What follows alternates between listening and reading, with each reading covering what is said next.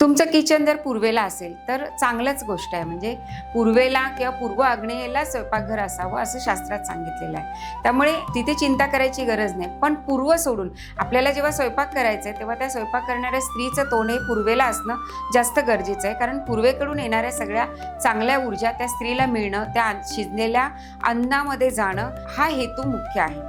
पण पूर्व सोडून आणि पूर्वेला तोंड करून भोजन करता न येत असेल तर अशा वेळी जर तुमचं किचन अशा प्रकारे त्या फ्लॅटमध्ये तुमचं किचन असेल की तुम्हाला पूर्वेला तोंड करून जेवण करता येत नाही किंवा पूर्व दिशा सोडून इतर दिशांना तुमचं जर किचन असेल आणि तुम्हाला काही समस्या उद्भवत असतील, सर्दी पडस आहे, जलोदर आहे किंवा पितरांचा त्रास आहे किंवा अन्न कधी कधी पुरत नाही, किती अन्न केलं तरी त्याचा पुरवठा होत नाही, किंवा कधी कधी काय होतं जेवण बनवायची इच्छाच होत नाही, कधी कधी असं होतं की खूप बाहेरून जेवण आणण्याची इच्छा होते किंवा आपोआप ते बाहेरून मागवलं जातं, अशा कंडिशन तयार होतात, जेवण शिजवायला वेळ न मिळता ते बाहेरून मागवलं जातं.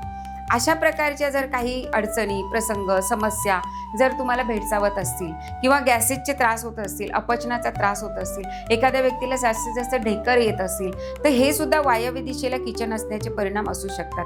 त्यामुळे पूर्व सोडून इतर दिशेंना जर तुमचं किचन असेल, स्वयंपाकघर असेल तर निश्चित तुम्ही वास्तुतज्ञांना कन्सल्ट करून वास्तूचं परीक्षण करून घ्यायला हवं.